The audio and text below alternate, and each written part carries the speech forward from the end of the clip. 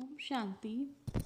1969 की श्रृंखला में ये मुरली है 17/4/1969, 17th ऑफ अप्रैल 1969। इस टाइम पर आबू में आध्यात्मिक संग्रहालय का उद्घाटन हुआ था। तो इस मुरली का शीर्षक ही है आबू आध्यात्मिक संग्रहालय का उद्घाटन। बाप दादा कहते हैं, सर्व स्नेही बच्चों को बाप की नमस्ते। बाबा ने सबसे पहली लाइन ही बहुत प्यारी सी कही कि सर्व स्नेही बच्चों को बाप की नमस्ते। आपका स्नेह किससे है? इस मुरली में बाबा ने बच्चों से, पूरी मुरली स्नेह पर है, लेकिन स्नेह किससे है और किस चीज़ से होना चाहिए, ये मुरली बाबा ने इसी पे पूरी बताई है कि बच्चों का स्नेह किस चीज़ से ज़्यादा है और किस चीज़ से कम है और किस चीज़ में बढ़ाना है। तो कोई ने कहा, जब बाबा ने बच्चों से पूछा आपका स्नेह किससे है, तो कोई ने कहा बाप से, कोई ने कहा सर्विस से, और भी किससे स्नेह है बाबा पूछ रहे हैं। किसी ने कहा बाबा आपसे है, बाप से है, किसी ने कहा सर्विस से है, तो बाबा पूछ रहे हैं और भी किससे स्नेह है, और भी किसी से प्यार है। अभी भी एक बात रह गई। बाप दादा ने कहा अभी भी एक बात रह गई। बाप दादा से तो स्नेह है, लेकिन साथ साथ पुरुषार्थ से भी ज़्यादा स्नेह रखना चाहिए।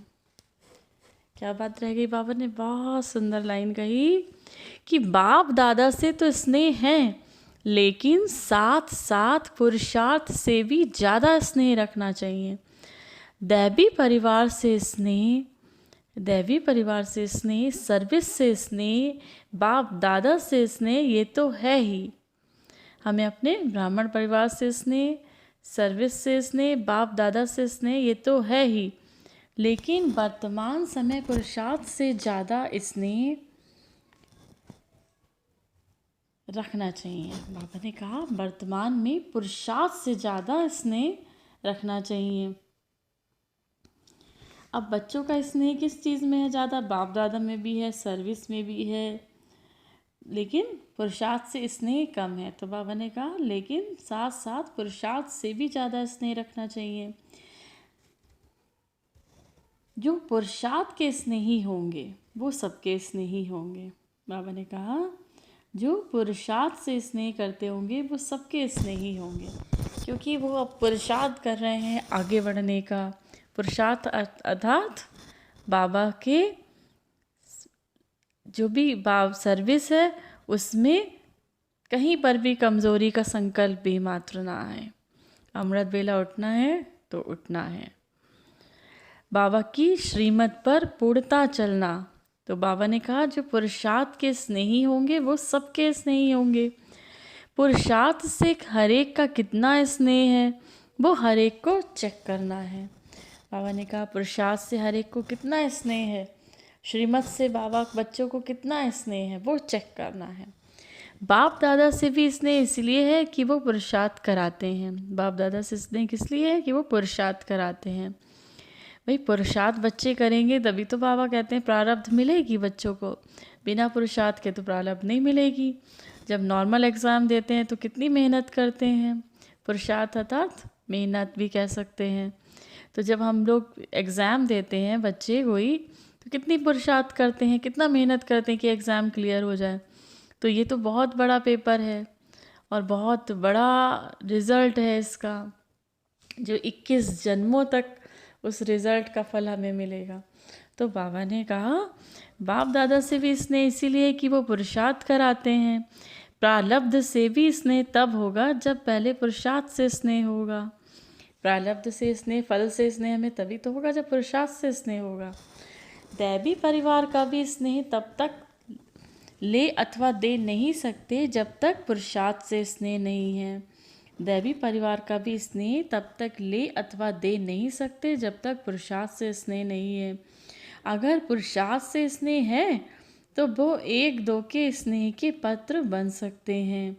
बाबा ने कहा अगर पुरुषार्थ से स्नेह है तो वह एक दो के स्नेह के पात्र बन सकते हैं या बहुतों के स्नेह के पात्र बन सकते हैं। स्नेह के कारण ही यहाँ इकट्ठे हुए हो। जब बाबा से प्यार है तभी तो बाप दादा के मिलन में बच्चे पहुँच जाते हैं। कितनी दूर दूर से बच्चे आते हैं बाबा से मिलने, देश विदेश से मिलने आते हैं। तो बाबा ने कहा स्नेह के कारण ही यहाँ इकट्ठे हुए हो। लेकिन बाप दादा के स्नेह में रहते हो, बाबा कह रहे हैं बाप दादा के स्नेह में रहते हो, अब पुरुषार्थ से भी स्नेह रखना है, क्योंकि यही पुरुषार्थ ही तुम बच्चों को सारे कल्प की प्रारब्ध बनाता है। यही पुरुषार्थ ही तुम बच्चों को सारे कल्प की प्रारब्ध बनाता है। अगर ये जो पुरुषार्थ किया, इस श्रीमत को माना, इस जो बाबा ने हमें पुरुषार्थ अर्थात जो कार्य दिया है उसको किया, तो वो सारे कल्प की प्रारब्ध बनाता है। सारे कल्प हमें उसका फल हम भोगते हैं। तो जितना बच्चों का स्नेह उतना ही उससे भी अधिक बाप दादा का भी है। जितना हम बच्चे बाबा से प्यार करते हैं उतना बाप दादा भी बच्चों से प्यार करते हैं। जितना जो स्नेही है उतना ही उसे स्नेह का रिस्पॉन्ड मिलता रहता है।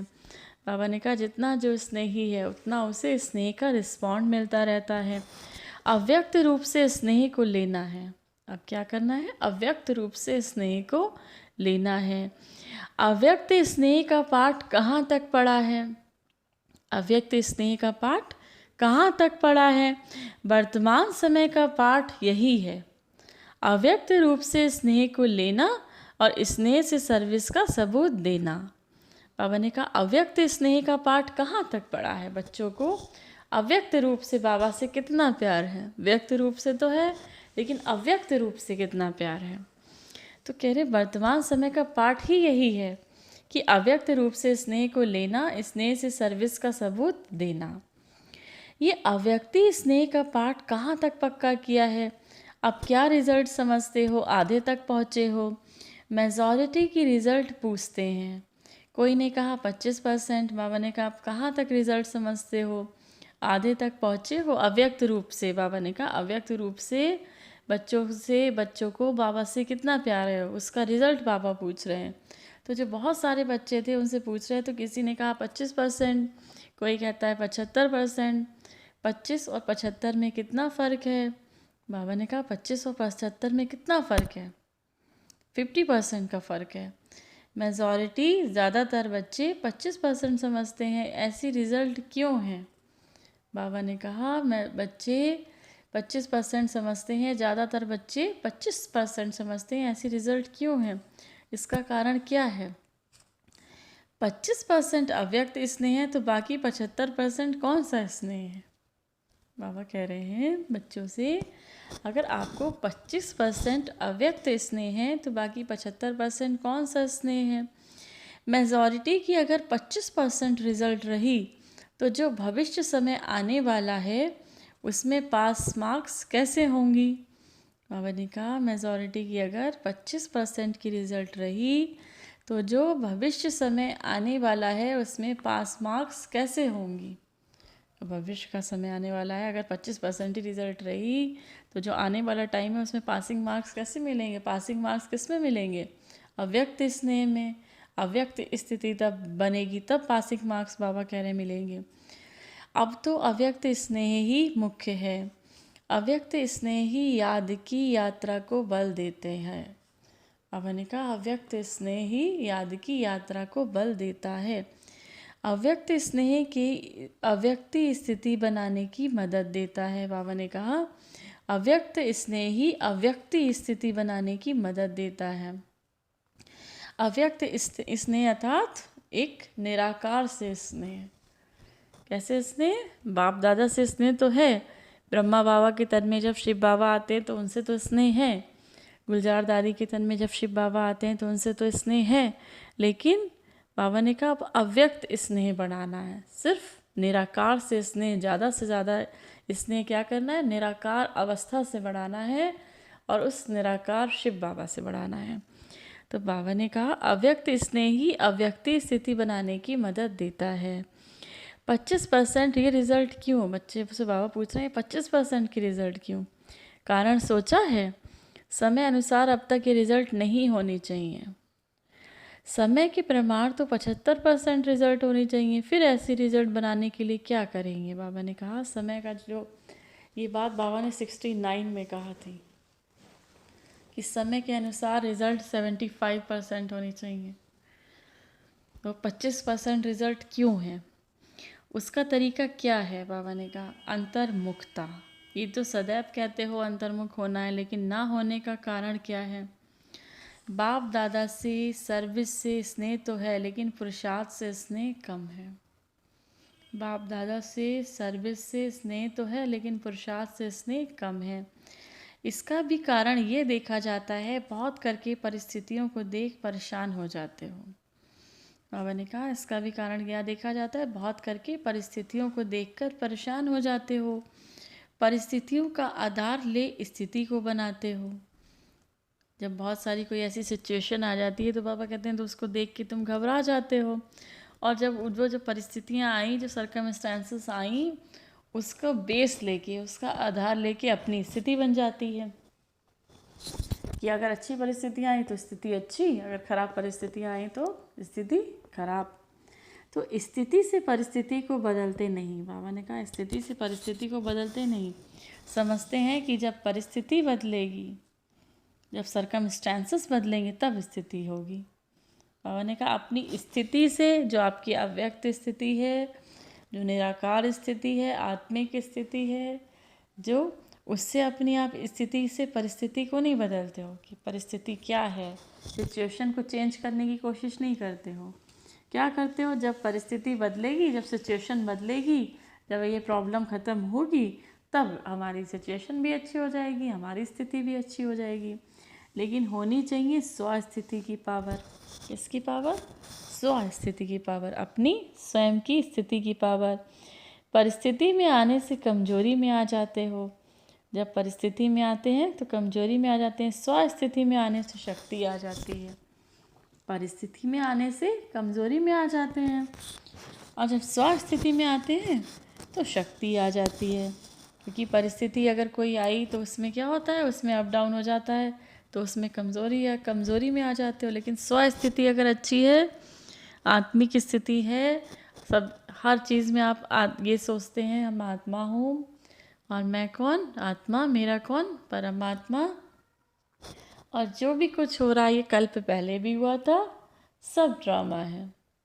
और बाबा ने एक लाइन और कही थी अभी एक मुरली में कि जब आपकी सारी स्थिति अच्छी हो सकती है, एक शब्द को याद रखना, हम यहाँ पर मेहमान हैं। हम यहाँ पर हमेशा के लिए नहीं हैं, हम सिर्फ यहाँ पर मेहमान हैं। हम अपना पार्ट प्ले कर रहे हैं, तो बेस्ट से बेस्ट पार्ट प्ले करें। स्वस्थिति की, बाबा कहते हैं बच्चे, स्वस्थिति की इतनी शक्ति है जो कोई भी परिस्थिति को परिवर्तन कर सकती है। स्वस्थिति की कमज़ोरी होने के कारण कहाँ कहाँ परिस्थिति प्रबल हो जाती है। और जब स्वस्थिति, जब अपनी आत्मा का भान नहीं रहता है, जब देह का भान आ जाता है तो क्या होता है, परिस्थिति प्रबल हो जाती है। सिचुएशन का फ़र्क जो चल रहा है, जो स्थिति परिस्थिति होती है, उसका फ़र्क हमारे ऊपर पड़ने लगता है। आज किसी ने बहुत गुस्सा कर दिया तो हमारी स्थिति भी डाउन, आज किसी ने बहुत अच्छे से बोला तो हमारी स्थिति भी बहुत अच्छी। तो बाबा ने क्या कहा, जब स्वस्थिति की कमजोरी होने के कारण, जब हम अपने को आत्मा ना समझकर देह समझने के कारण परिस्थिति प्रबल हो जाती है, परिस्थिति का प्रभाव हम पर पड़ जाता है।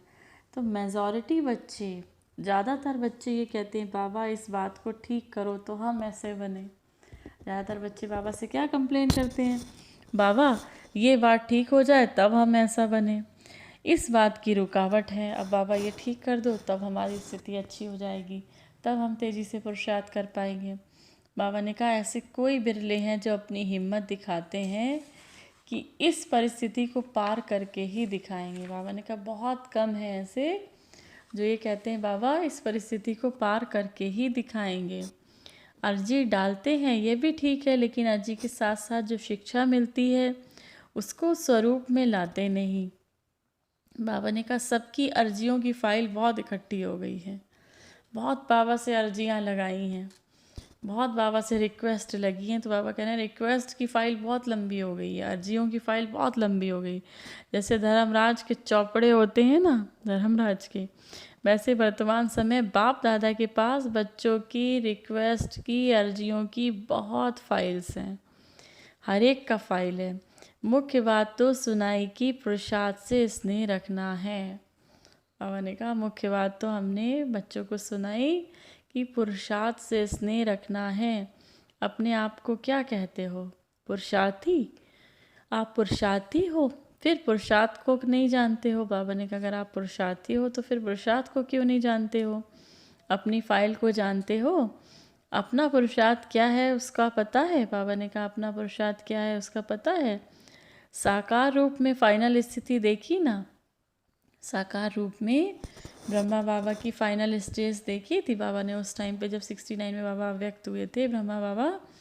तो बाप दादा ये कह रहे हैं, जब गुलजार दादी के तन में बाबा आए थे तो कहते हैं ब्रह्मा बाबा के लिए साकार रूप में फाइनल स्थिति देखी ना, तो साकार रूप में जो कर्म करके दिखाया ब्रह्मा बाबा ने, उससे फाइनल स्टेज का पता पड़ा।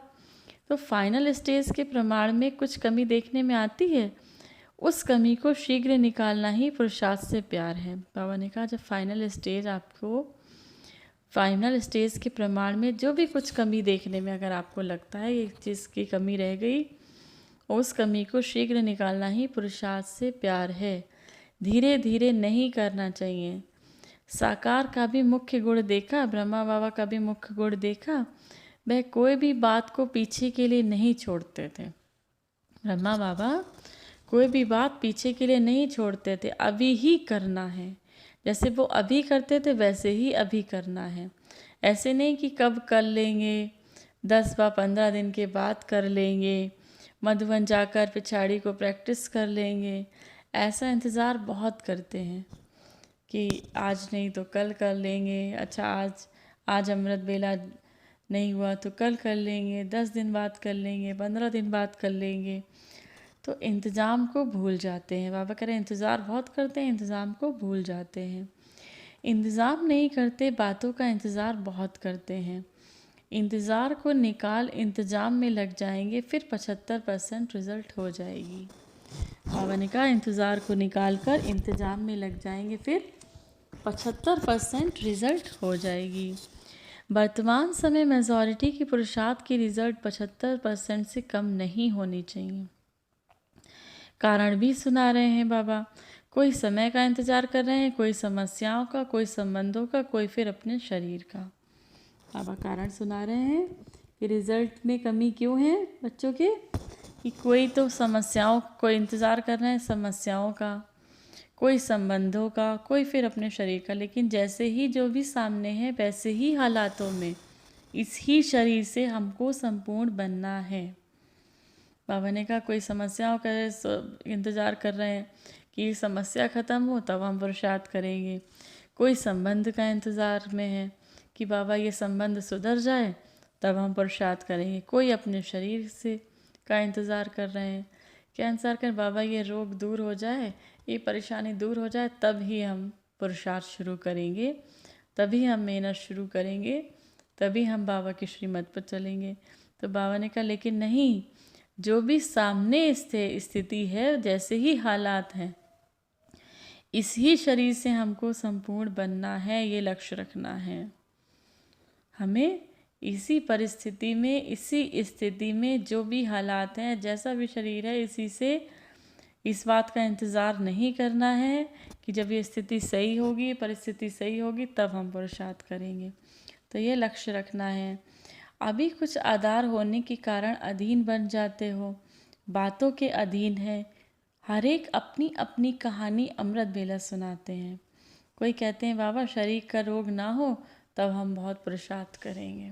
कोई क्या कहता है बाबा से, बाबा शरीर का रोग ना हो तब हम पुरुषार्थ करेंगे। कोई दूसरा कहता है बाबा बंधन हटा दो तब पुरुषार्थ करेंगे। लेकिन एक बंधन हटेगा तो दूसरा आएगा। तन का बंधन हटेगा तो मन का आएगा, मन का हटेगा तो धन का आएगा, तो संबंध का आएगा। फिर क्या करेंगे, बाबा ने कहा अगर मान के चलो तन का बंधन हट गया तो मन का आएगा, मन का भी हट गया तो धन का आएगा, संबंध का आएगा। तो बाबा ने कहा फिर क्या करेंगे? तो बाबा ने कहा ये खुद नहीं हटेंगे, अपनी ही शक्ति से हटाने हैं। अगर अपनी ही शक्ति से हटाने हैं तो कई समझते हैं बाप दादा हटाएंगे या समय प्रमाण हटेगा, परंतु ये नहीं समझना है। अभी तो समय नज़दीक पहुंच गया है, जिसमें अगर ढीला पुरुषार्थ रहा तो ये पुरुषार्थ का समय हाथ से खो देंगे। बाबा ने कहा अभी तो समय नज़दीक पहुंच गया है, अगर ढीला पुरुषार्थ रहा, ये बात बाबा ने 69 में कही थी। तो बाबा ने कहा अब तो समय नज़दीक पहुंच गया, अगर पुरुषार्थ ढीला रहा तो ये पुरुषार्थ का समय हाथ से खो देंगे। अभी तो एक एक सेकंड, एक एक श्वास, मालूम है कितने श्वास चलते हैं? बाबा ने कहा अभी तो एक एक सेकंड, एक एक श्वास, मालूम है कितने श्वास चलते हैं? अनगिनत है ना। तो एक एक श्वास, एक एक सेकंड सफल होना चाहिए। अभी ऐसा समय है, अभी ऐसा समय है, अगर कुछ भी अलबेलापन रहा तो जैसे कई बच्चों ने साकार मधुर मिलन का सौभाग्य गवा दिया, वैसे ही ये पुरुषार्थ के सौभाग्य का समय भी हाथ से चला जाएगा। बाबा ने कहा अभी क्या है, अगर कुछ भी अलबेलापन रहा, कुछ भी आलस रहा, तो कई बच्चों ने साकार मधुर मिलन का सौभाग्य गवा दिया है। जब साकार में ब्रह्मा बाबा के तन में शिव बाबा आते थे, जब गुलजार दादी के तन में बाप दादा आते थे, तो बाबा ने कहा जैसे ये समय बच्चों ने मधुर मिलन का गवा दिया, वैसे ही ये पुरुषार्थ के सौभाग्य का समय भी हाथ से चला जाएगा। इसीलिए पहले से ही सुना रहे थे, पुरुषार्थ से स्नेह रखा, पुरुषार्थ को आगे बढ़ाओ। बाबा ने कहा पुरुषार्थ से स्नेह को रखो और पुरुषार्थ को आगे बढ़ाओ। ऊपर से सारा खेल देखते रहते हैं, आप भी देख सकते हो। अगर अपनी उच्च अवस्था में स्थित होकर देखो तो अपने सहित औरों का भी खेल देखने में आएगा। बाबा ने कहा अगर अपनी उच्च अवस्था में स्थित होकर देखो तो अपने सहित औरों का भी खेल देखने में आएगा। बाप दादा तो देखते रहते हैं, बाप दादा तो खेल देखते रहते हैं, हंसी का खेल है। बाबा ने कहा हंसी का खेल है। मैंने कहा अगर अपनी उच्च अवस्था में स्थित होकर देखो तो अपने सहित औरों का खेल देखने में मज़ा आएगा। बाबा तो देखते रहते हैं, तो हंसी का खेल है। बाबा ने कहा हंसी का खेल है। बड़े बड़े महारथी शेर से नहीं डरते हैं, मगर चींटी से डर जाते हैं। बड़े बड़े महारथी शेर से नहीं डरते हैं, मगर चींटी से डर जाते हैं। शेर से बड़ा सहज मुकाबला कर लेते हैं, लेकिन चींटी को कुचलने का तरीका नहीं जानते हैं। ये है महारथियों का खेल। बाबा बैठ के ऊपर से देखते हैं, क्या बात है, कितना अच्छा बाबा खेल देख रहे हैं। जो बड़े बड़े महारथी और शेर से नहीं डरते हैं, चींटी से डर जाते हैं। शेर से मुकाबला कर लेते हैं, लेकिन चींटी को कुचलने का तरीका नहीं जानते। ये है महारथियों का खेल। अब बाबा ने बताया उसके बाद दूसरा नंबर है घुड़सवार। पता है क्या करते हैं घुड़सवार? गैलप करते हैं। घुड़सवारों का भी खेल देखते हैं। महारथियों का तो बाबा ने सुनाया। घुड़सवार जो हैं उन्होंने हिम्मत उल्लास तो बहुत है, पुरुषार्थ में कदम भी आगे बढ़ाते हैं, लेकिन गैलप करते करते फिसल जाते हैं। फिसलते भी नहीं, गिरते भी नहीं, थकते भी नहीं, अथक भी हैं, चलते भी बहुत अच्छे हैं, लेकिन जो मार्ग में सीनरियाँ हैं उसमें आकर्षित हो जाते हैं। कितनी अच्छी बात बाबा बता रहे हैं। आज 3 तरह के बच्चों की बाबा बता रहे हैं। अब हमें देखना है इनमें से कौन से तरीके में आते हैं। तो बाबा ने अब जो पहला तरीका बताया था महारथियों का, दूसरा बता रहे घुड़सवार का।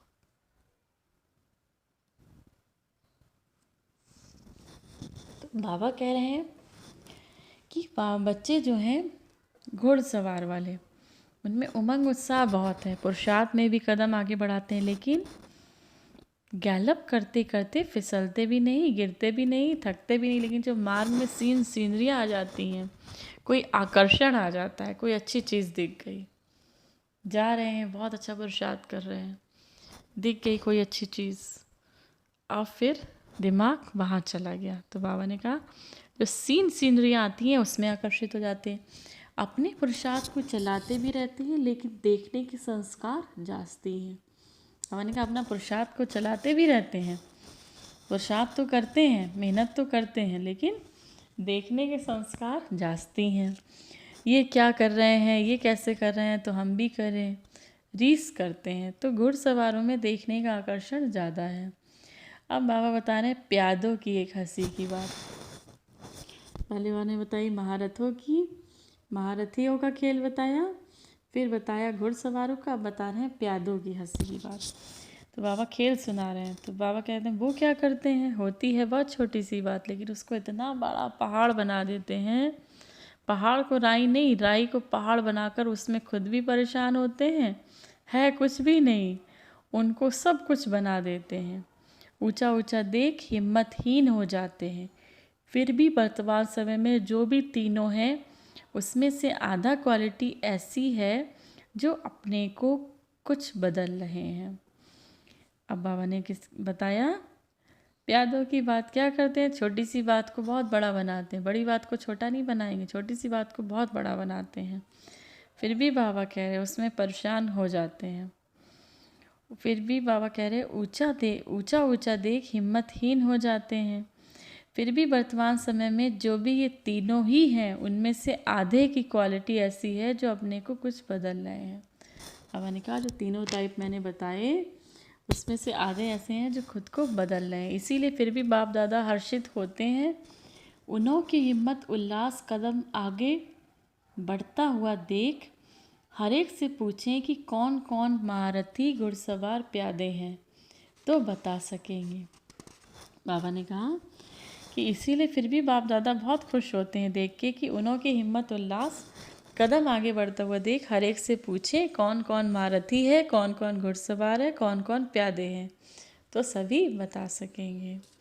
ये है बाप दादा की 17 अप्रैल 1969 की मुरली। बहुत अच्छी मुरली थी।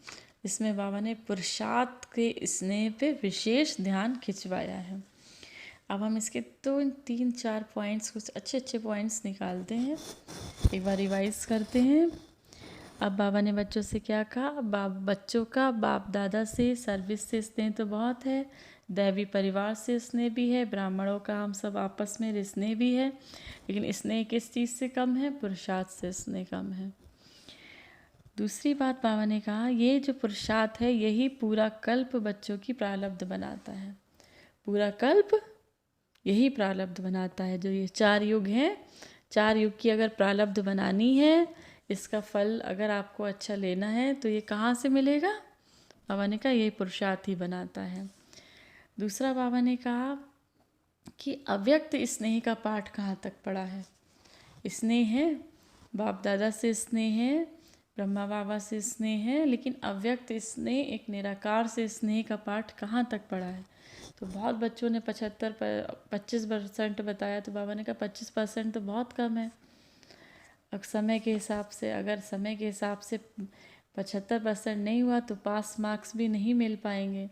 बाबा ने कहा अपने स्नेह को, अव्यक्त स्नेह को बढ़ाना है बच्चों को।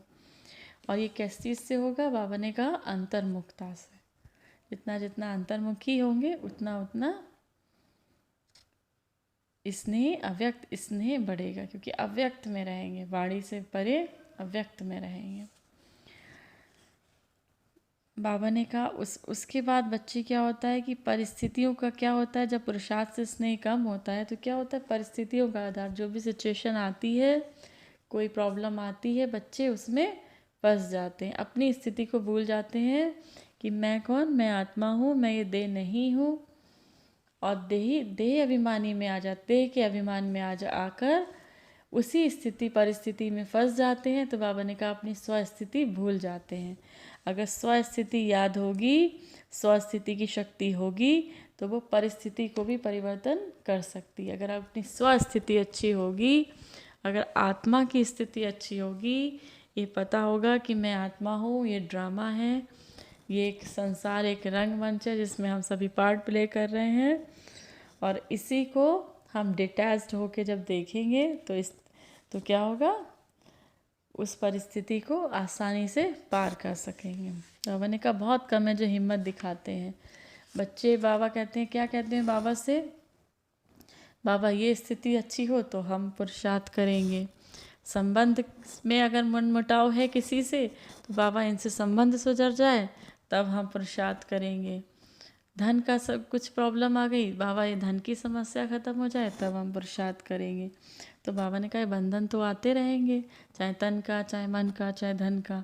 इसे अगर इन बंधनों को हटाएगा कौन? ये खुद नहीं हटेंगे। बाबा ने कहा अपनी ही शक्ति से हटेंगे, अपनी ही शक्ति से आपको हटाना होगा। बाप दादा इसको नहीं हटाएंगे।